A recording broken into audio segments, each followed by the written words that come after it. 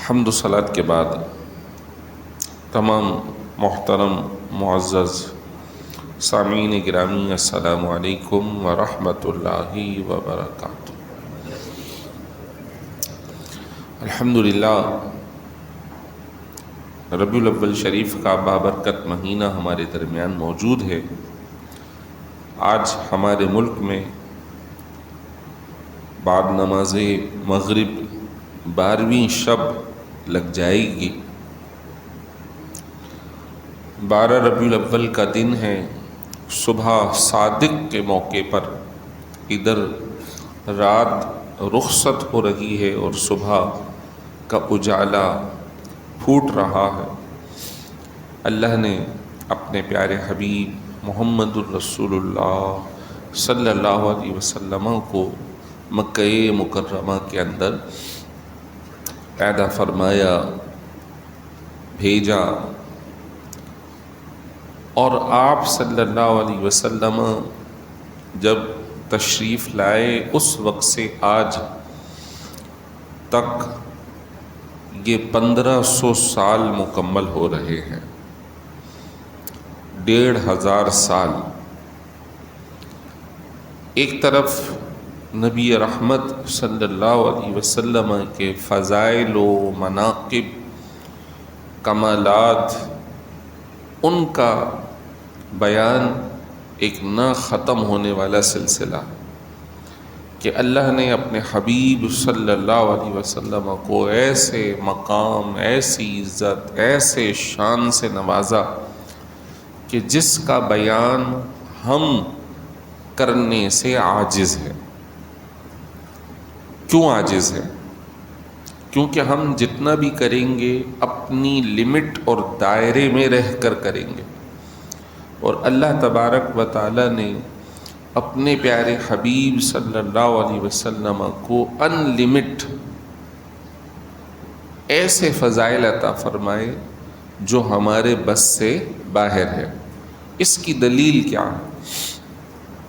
اس کی دلیل ہے اللہ تعالیٰ نے سورہ الم نشرح میں ارشاد فرمایا، وَرَفَعْنَا لَكَ ذِكْرَكَ، ہم نے آپ کے ذکر مبارک کو آپ کے لیے بلند کر دیا، رفیع کر دیا، زیادہ کر دیا۔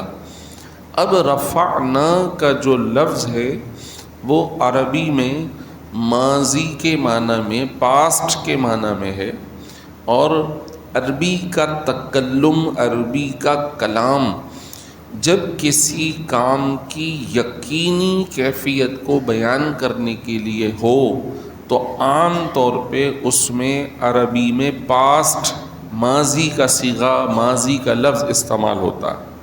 اس کا مطلب قرآن ازلی کلام ہے، تخلیق حضور کی بعد میں ہوئی ہے، لیکن اللہ تعالیٰ نے آپ کی تخلیق مبارک سے پہلے، اور جب قرآن پاک اترا تو اس میں بیان ہم تک پہنچ گیا کہ ہم نے اے نبی محترم صلی اللہ علیہ وسلم آپ کے لیے آپ کے ذکر کو، آپ کے تذکرے کو بلند کر دیا۔ اس بلندی کی کوئی ہمارے پاس لمٹ نہیں ہے۔ کوئی کہے کہ آپ اتنا بیان کرو، اتنا بیان کرو، اتنا بیان کرو۔ بہت سارے لوگ اس حوالے سے ایک شبہ اور مغالطے کا شکار ہو جاتے ہیں کہ یار آپ نبی رحمت صلی اللہ علیہ وسلم کی اتنی تعریف کرتے ہو، اتنی تو تم اللہ تعالیٰ کی بھی نہیں کرتے، توحید کا بیان بھی نہیں کرتے۔ اب اس مغالطے اور اس کا جواب یہ ہے کہ اللہ تبارک و تعالیٰ کی حمد و ثنا تو ہے ہی ایسی کہ جس کا کوئی منکر نہیں ہے۔ ہر کائنات کا ذرہ ذرہ اللہ کی توحید، اس کی حمد و ثنا کر رہا ہے، اور کوئی اس کا انکار کرنے والا ہی نہیں ہے۔ اصل تو لوگ، کفار، بد مذہب، غلط لوگوں کے ساتھ بیٹھنے والے حبیب خدا، امام الانبیاء، شافع محشر صلی اللہ علیہ وسلم کے حوالے سے شبہ کا شکار ہیں، تو ہم انہیں بتاتے ہیں کہ دیکھو تم اس مغالطے سے باہر آ جاؤ، جب اللہ اپنے حبیب کا ذکر بلند کر دے تو پھر کسی کی کیا مجال کہ اس ذکر کو نیچا کرے، کم کرے یا کم کرنے کی کوشش کرے۔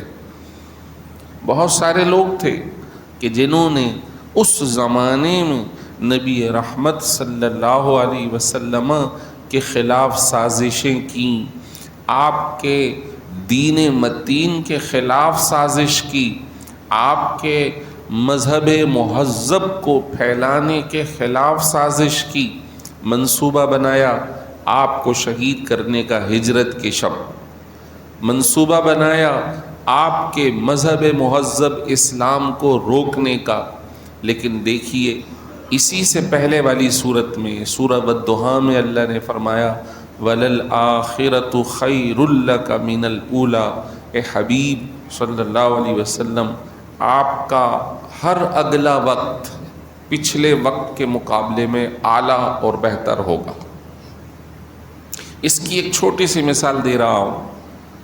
جب حضور صلی اللہ علیہ وسلم نے اس وقت مکہ مکرمہ میں 40 سال کی عمر میں تبلیغ دین فرمایا، اپنے نبی ہونے کا اظہار فرمایا، تو مختلف روایتوں میں سب سے پہلے زوجہ محترمہ نے قبول کیا، حضرت خدیجۃ الکبریٰ نے، ساتھ ہی صحابی حضرت صدیق اکبر نے، حضرت علی المرتضیٰ نے، اور منہ بولے صاحبزادے یا خادم زید بن حارثہ نے۔ یہ ابتدا تھی۔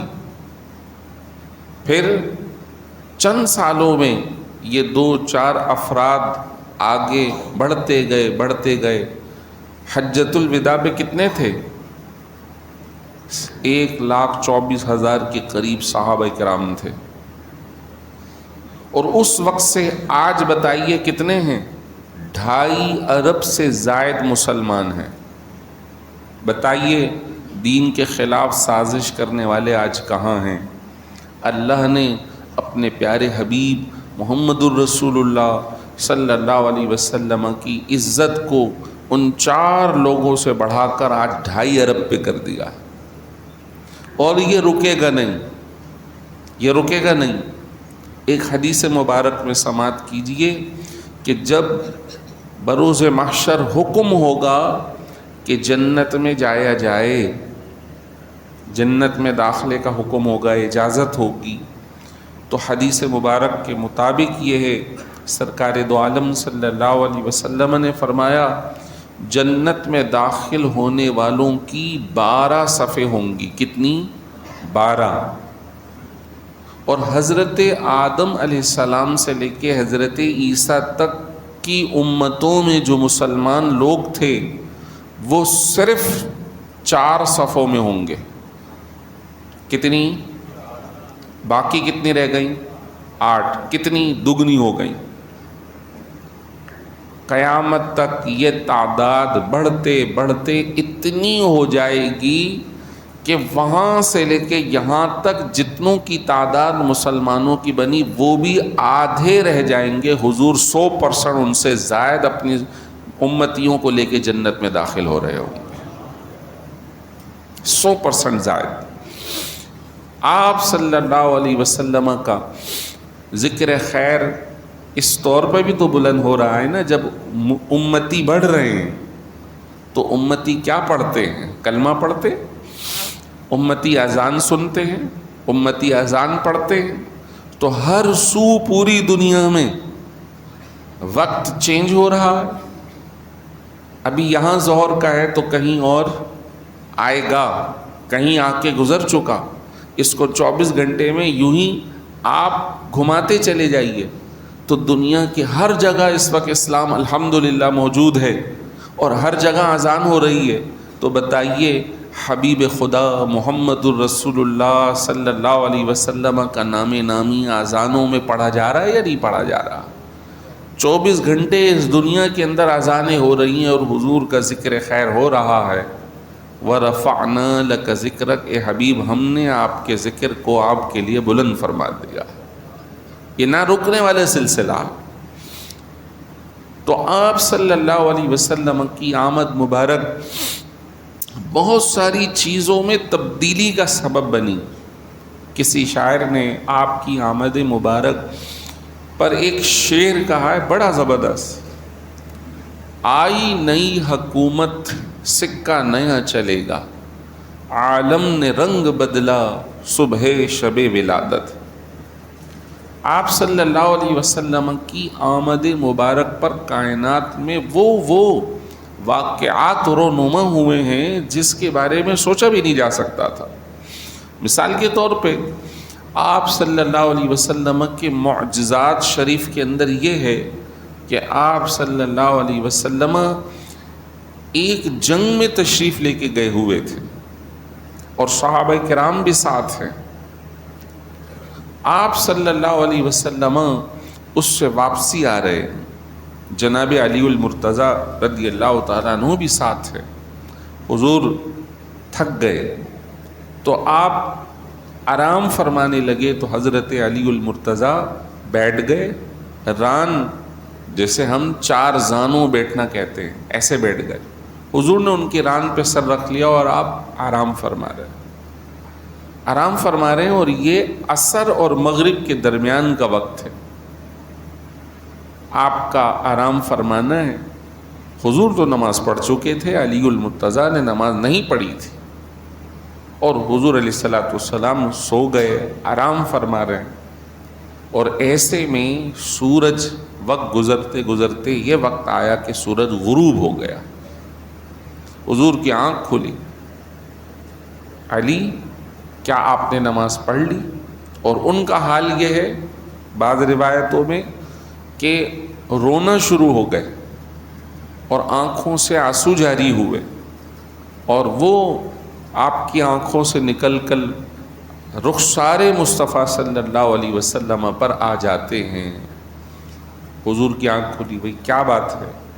حضور نماز، علی نماز پڑھی، دیکھ رہے ہیں، گویا کہ یہ عرض کر رہے ہیں کہ حضور آپ کی خدمت میں ہوں، سورج غروب ہو گیا۔ اب آپ صلی اللہ علیہ وسلم کی بخاری میں باقاعدہ دعا ہے، اے اللہ علی تیرے اور تیرے رسول کی خدمت میں تھا، اس کے لیے سورج کو واپس پھیر دے، اس کے لیے سورج کو واپس پھیر دے۔ اللہ تعالیٰ نے سورج کو واپس نکال دیا۔ جناب علی المرتضیٰ کرم اللہ وجہہ الکریم نے پھر نماز اپنے وقت پہ ادا فرمائی۔ اب یہ دیکھیے گا، اسی طرح کا ایک واقعہ قرآن نے کوٹ کیا ہے آیت الکرسی والے رکوع کے بعد، الم تر الی الذی خرج الم تر الی الذی حاج، کہ کیا آپ نے نہیں دیکھا اس شخص کو کہ جو ابراہیم سے جھگڑا کر رہا ہے؟ وہ نمرود بادشاہ تھا اور وہ اپنے آپ کو خدا کا دعوے دار تھا۔ حضرت ابراہیم نے اس کے اس قول پر رد کیا کہ ہمارا رب وہ ہے جو زندہ کرتا ہے اور موت دیتا ہے، موت اور حیات اس کے ہاتھ میں ہے۔ وہ اس بات کو کم سمجھا اور اس کی حقیقت تک نہیں پہنچا۔ موت اور حیات کیا ہے؟ زندگی اس چیز کا نام ہے کہ عدم سے وجود میں لانا، جو چیز پہلے کچھ بھی نہیں تھی اس کچھ بھی نہ ہونے پر ہونا کر دینا، اس کو کہتے ہیں عدم سے وجود میں لانا۔ اس نے اس چیز کو نہ سمجھا اور یہ کہا کہ میں بھی یہ کام کر سکتا ہوں۔ دو اپنے غلاموں کو یا افراد کو بلایا اور ایک کو تلوار سے مار دیا، ایک کو چھوڑ دیا اور کہا کہ دیکھو یہ زندہ تھا، اس کو مار دیا، اور یہ زندہ ہے، اس کو چھوڑ دیا، یہ زندہ ہے، یہ مر گیا۔ آپ نے سمجھ لیا کہ یہ اس حقیقت کو نہیں پہنچ رہا، یہ تو اللہ کے بنائے ہوئے لوگ تھے، تو نے کس عدم سے وجود کے اعتبار سے کسی کو قائم کیا؟ نہیں۔ پھر آپ نے اس کے خلاف ایک دلیل دی اور کہا کہ میں اس رب کا ماننے والا ہوں کہ جو سورج کو مشرق سے نکالتا ہے مغرب میں غروب کرتا ہے، اگر تو خدا ہے فاتی بہا من المغرب، تو اس کو ذرا واپسی نکال کے دکھا۔ اب نمرود کی کیا حیثیت، وہ یہ کام کہاں سے کر سکتا ہے؟ تو قرآن نے الفاظ کوٹ کیے فَبُهِتَ الَّذِي کفر، وہ کافر شخص حیران ہکا بکا رہ گیا کہ اب میں کیا کروں، اس کا میرے پاس کوئی جواب نہیں ہے، میں سورج ڈوبے ہوئے کو واپس کیسے نکالوں؟ اس ایک دلیل نے بھرے مجمع میں نمرود کے دعوے کی دھجیاں اڑا دی تھی۔ اللہ تبارک و تعالیٰ نے جس پر نمرود جیسے کو عاجز کر دیا، اپنے حبیب کے لیے قانون بدل کے سورج ڈوبے ہوئے کو باہر نکال دیا۔ سورج ڈوبے ہوئے کو باہر نکال دیا۔ کیا کبھی کسی درخت کو بولتے ہوئے دیکھا ہے؟ نہیں۔ آج کے زمانے میں آرٹیفیشل دنیا میں تو یہ کام ہو رہا ہے، کارٹون میں، ڈراموں میں، فلموں میں، اور اس طرح کی چیزیں ان فیوچر بھی کریٹ کی جا رہی ہیں، لیکن یہ سب فرضی ہیں، ان کا حقیقت سے تعلق نہیں ہے کہ آپ کسی درخت سے جا کے بات کرو، وہ آپ سے بات کر رہا ہو، آپ کو جواب دے رہا ہو۔ تو حقیقت کی دنیا میں آئیے، ڈراماٹائز دنیا میں نہ جائیے، فرضی دنیا میں نہ جائیے۔ کسی کو نہیں دیکھا، لیکن اللہ تبارک و تعالیٰ نے اپنے حبیب مکرم صلی اللہ علیہ وسلم کے لیے ریئل اور حقیقی صورت کے اندر یہ چیز پیدا فرمائی۔ بڑا مشہور واقعہ ہے، آپ نبی پاک سرکار دو عالم صلی اللہ علیہ وسلم بالکل ابتدا میں مسجد نبوی میں تشریف لائے ہیں، تو ادھر آپ کا حجرہ مبارک اور یہ مختصر سی آپ کی مسجد تھی جہاں اس وقت آپ کا ممبر مبارک ہے۔ اس ممبر کی جگہ پر ایک کھجور کا درخت تھا۔ کھجور کے درخت سے تنے سے جب آپ جمعے کی تقریر فرماتے تھے، جمعے کا خطبہ ارشاد فرماتے یا جہاد کا کوئی خطبہ ارشاد فرماتے، تو آپ اس سے ٹیک لگا کر پھر خطبہ ارشاد فرماتے، لوگوں کو واعظ فرماتے۔ جب مسجد میں لوگ زائد ہونے لگے تو آپ صلی اللہ علیہ وسلم نے ایک صحابی کی والدہ کو کہا کہ سنا ہے تمہارے بیٹے لکڑی کا کام کرتے ہیں، کارپینٹر ہیں، بڑھئی ہیں، تو ان سے کہو ہمارے لیے ایک ممبر بنا کے لے آئیں۔ وہ اپنے صاحبزادے کو کہتے ہیں، تو وہ صاحبزادے صحابی حضور کے لیے ممبر بنا کے لے آئے۔ آپ صلی اللہ علیہ وسلم اب ممبر پر پہلی مرتبہ خطبہ جمعے کا ارشاد فرما رہے ہیں۔ اسی طرح جمعۃ المبارک میں لوگ موجود ہیں اور مسجد میں کسی بچے کے رونے کی آواز تیز تیز آ رہی ہے۔ اب مسجد میں صحابہ ادھر دیکھ رہے ہیں، ادھر دیکھ رہے ہیں، لیکن کوئی بچہ موجود نہیں ہے جو رو رہا ہو، لیکن آواز آ رہی ہے۔ آپ صلی اللہ علیہ وسلم ممبر شریف سے اترے ہیں اور وہ کونے میں جس درخت کے ساتھ ٹیک لگاتے تھے اس کو کاٹ کے رکھ دیا تھا، وہ رو رہا تھا۔ حضور نے جا کے اسے گلے لگا لیا۔ اب جب گلے لگایا تو وہی ستون ہچکیاں لے لے کر، جیسے چھوٹا بچہ اپنی ماں سے لپٹ کر ہچکیاں لیتا ہے، وہ رو رہا۔ حضور علیہ الصلوۃ والسلام اس سے خطاب فرما رہے کہ اگر تو چاہے تو تجھے دوبارہ کسی باغ میں لگا دیں، تو قیامت تک ہرا بھرا رہے، جو بھی آئے قیامت تک تیرا پھل کھاتا رہے، اور تو چاہے تو تجھے جنت میں۔ اس نے کہا حضور میں چاہتا ہوں وہ کہ جو ہمیشہ رہے۔ حضور نے فرمایا ٹھیک ہے، پھر اس کو ہمارے ممبر کے نیچے دفنا دو، کل قیامت میں مدینے کے اور مسلمانوں کی طرح اسے بھی اٹھا کر جنت میں داخل کر دیا جائے گا۔ کسی درخت نے بولا نہیں ہے، لیکن آپ صلی اللہ علیہ وسلم کے لیے یہ معجزہ شریف حقیقت میں ہوا۔ مسجد حرام سے، یعنی مکہ مکرمہ مسجد الحرام سے باہر نکلیے تو مختلف چھوٹی چھوٹی مسجدیں ملتی ہیں۔ ایک مسجد ملتی ہے مسجد شجرہ، شجرہ عربی میں کہتے ہیں درخت کو، جہاں گاڑیاں کھڑی ہوتی ہیں، مسجد جن ہے اسی لائن میں، اسی رو میں مسجد شجرہ آج بھی موجود ہے۔ آپ صلی اللہ علیہ وسلم وہاں موجود ہیں، اور ایک گاؤں سے آئے ہوئے سیدھے سادے آدمی کو حضور نے دعوت دے دی کہ بھئی تم اللہ کے دین کو قبول کر لو، تم مسلمان ہو جاؤ۔ وہ وہاں پر بتوں کی پوجا کرتا ہوگا، آپ صلی اللہ علیہ وسلم سے اس نے بھی اپنی عقل کے مطابق سادہ سا جواب مانگ لیا، آپ نبی ہیں، آپ کی بات مان لوں تو آپ یہ کہیے کہ وہ درخت آپ کے بارے میں بتا دے گا تو میں آپ کو مان لوں۔ تو انہوں نے فرمایا ٹھیک ہے، تم اس درخت کو جا کر کہو تمہیں اللہ کے رسول بلا رہے ہیں۔ وہ گیا اور جا کر اس نے کہا، وہ درخت دائیں بائیں لڑکتا ہوا، اپنی جڑیں اکھیڑتا ہوا، گھسیٹتا ہوا حضور کی بارگاہ میں آ گیا اور کہنے لگا اشہد ان لا الہ الا اللہ واشہد ان محمدًا عبدہ ورسولہ۔ حضور نے پھر اشارہ فرمایا، وہ دوبارہ چلا گیا۔